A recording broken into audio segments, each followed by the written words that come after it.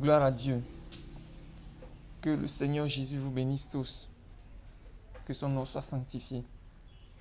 Aujourd'hui, nous allons parler des deux femmes de Dieu.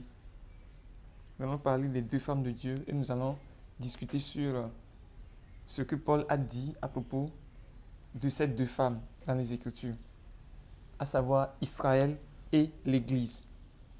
Israël et l'Église, et nous allons voir ce que le Seigneur va nous enseigner.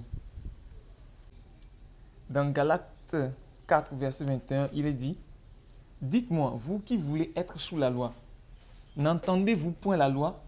Car il est écrit qu'Abraham eut deux fils, un de la femme esclave et un de la femme libre.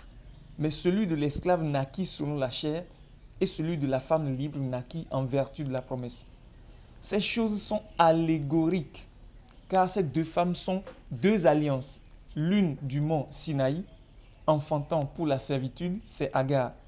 Car Agar, c'est le mont Sinaï en Arabie, et elle correspond à la Jérusalem actuelle qui est dans la servitude avec ses enfants. Mais la Jérusalem d'en haut est libre, c'est notre mère. Car il est écrit, réjouis-toi stérile, toi qui n'enfantes point. Éclate et pousse des cris, toi qui n'as pas éprouvé les douleurs de l'enfantement. Car les enfants de la délaissée seront plus nombreux que les enfants de la femme, que les enfants de celles qui étaient mariées. Pour vous, frères, comme Isaac, vous êtes enfants de la promesse. Et de même qu'alors, celui qui était né selon la chair persécutait celui qui était né selon l'esprit, ainsi en est-il encore maintenant. Mais que dit l'Écriture? Chasse l'esclave et son fils, car le fils de l'esclave n'héritera pas avec le fils de la femme libre. Frères, je vais vous dire aujourd'hui des vérités qui vont choquer certaines personnes. Le peuple de Dieu a été plongé dans une grande ignorance en lisant les Écritures et en les comprenant de manière littérale. Alors que les Écritures n'ont pas été écrites par des littéraires, mais par des hommes spirituels. Par conséquent, elles sont destinées à des hommes spirituels.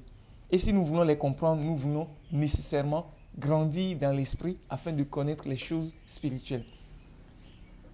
Paul nous dit dans ces passages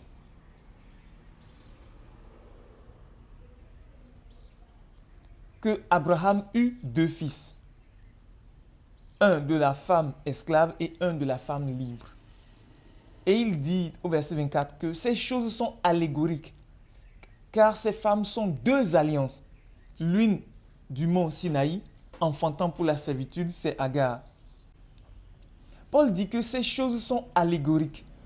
Et si elles sont allégoriques, ça veut dire que Abraham représente Dieu et Agar et Sarah représentent Israël et l'Église. C'est pourquoi il dit ces choses sont allégoriques, car ces femmes sont deux alliances. Les deux alliances dont il parle, il s'agit de la loi et la foi. Et il dit l'une de ces alliances, l'une du mont Sinaï enfantant pour la servitude, c'est Agar. Et il dit que Agar, c'est le mont Sinaï en Arabie. Et Agar correspond à la Jérusalem actuelle. La Jérusalem actuelle, c'est qui? C'est Israël. Agar correspond à la Jérusalem actuelle. L'alliance du mont Sinaï correspond à la Jérusalem actuelle qui est Israël. Et il dit que Jérusalem, Israël, bien Jérusalem est dans la servitude avec ses enfants. Qui sont les enfants de la Jérusalem actuelle? Ce sont les Juifs de la Palestine. Donc Paul est en train de dire que la Jérusalem actuelle est esclave, est une esclave dans la servitude du péché de la chair. Et ses enfants, les Juifs de la Palestine, sont des esclaves. Et comme il est dit plus bas, que dit l'Écriture? Chasse l'esclave et son fils, car le fils de l'esclave n'héritera pas avec le fils de la promesse. Je vais vous relire ça.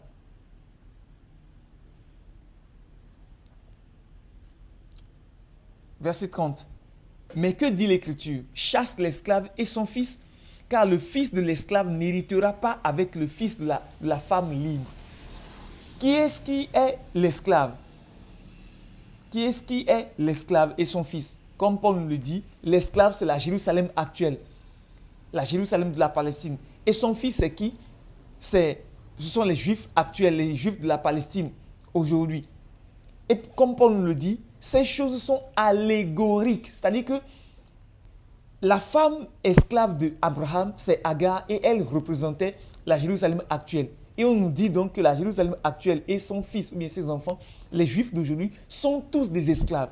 Et comme l'Écriture dit de chasser l'esclave et son fils, ça veut dire que Dieu va chasser et la Jérusalem actuelle et les Juifs de son plan.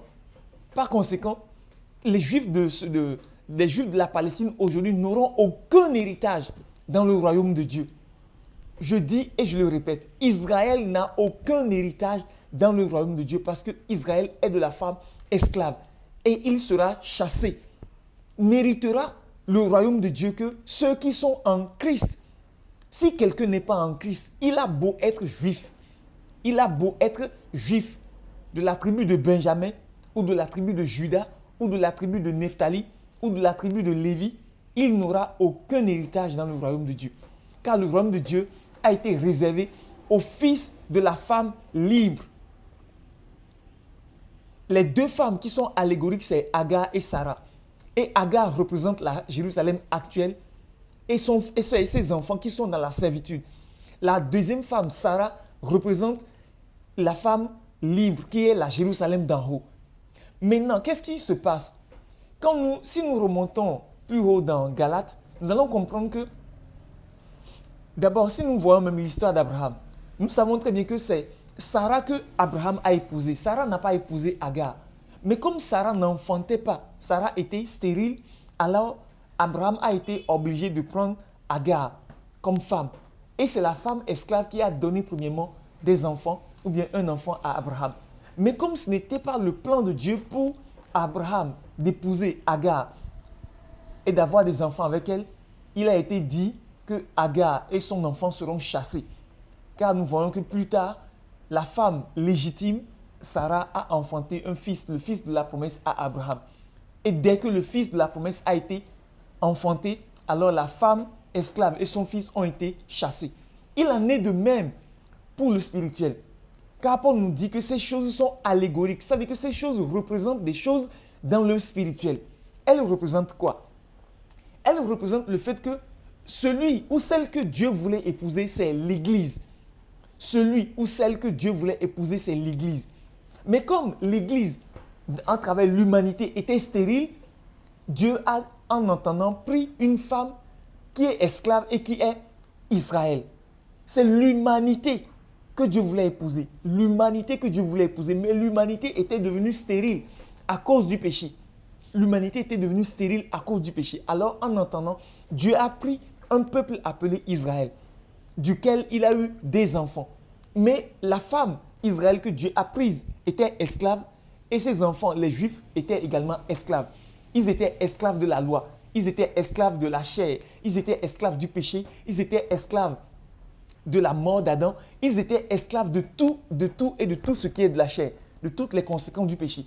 Maintenant, dès que la femme que Dieu veut épouser, l'Église, a commencé à donner naissance, sinon l'humanité est revenue à la vie à travers l'Église et a commencé à donner des naissances, des enfants à Dieu, alors il n'y a plus de place ni pour la Jérusalem actuelle qui est l'esclave, ni pour ces enfants qui sont des esclaves Israël.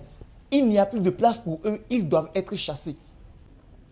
Donc dès que la femme légitime qui est l'humanité, celle que Dieu a voulu épouser de toute éternité, est revenue à la vie ou bien a commencé à donner naissance à Dieu à travers l'Église, alors Dieu a mis de côté et la Jérusalem actuelle et ses enfants qui sont Israël des esclaves. Dieu ne va pas épouser des esclaves. Dieu veut épouser une femme libre et Dieu ne veut pas des enfants esclaves. Dieu veut des enfants libres, des enfants de la promesse.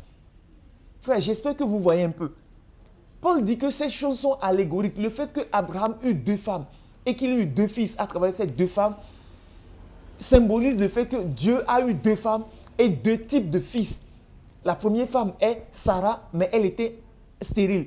La deuxième femme est Israël, qui a commencé à donner naissance à Dieu. C'est pourquoi Israël a été d'une certaine façon le peuple de Dieu, avant même que l'Église ne vienne au monde et qu'elle ne donne des enfants à Dieu.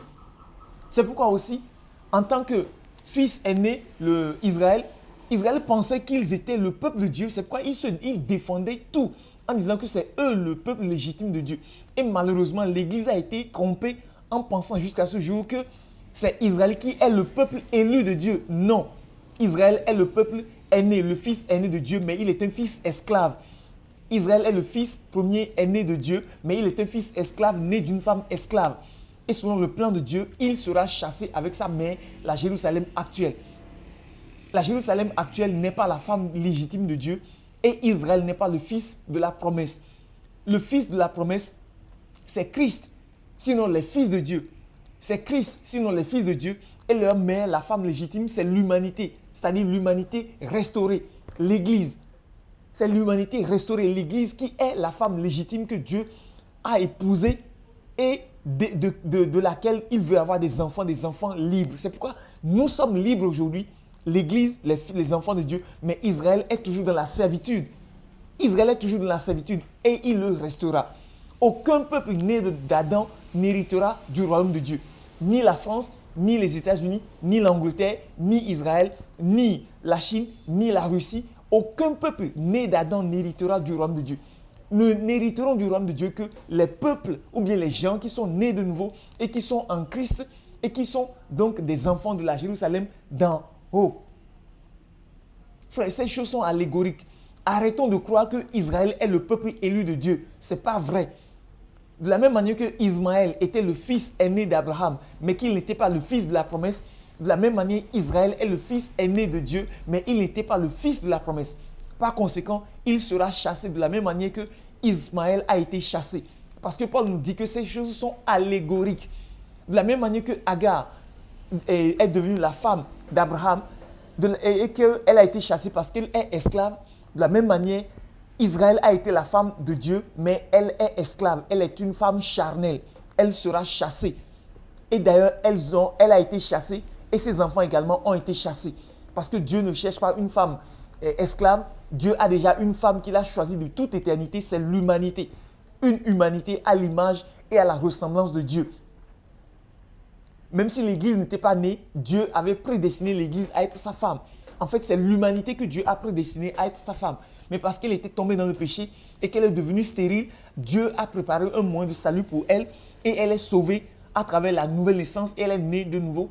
Elle est venue au monde au jour de la Pentecôte. Et à partir de là, elle a commencé à donner naissance à Dieu, aux enfants de Dieu, à Dieu. Et Dieu a mis de côté Israël. Parce que Israël n'est pas le fils de la promesse et sa mère, la Jérusalem actuelle, n'est pas la femme légitime.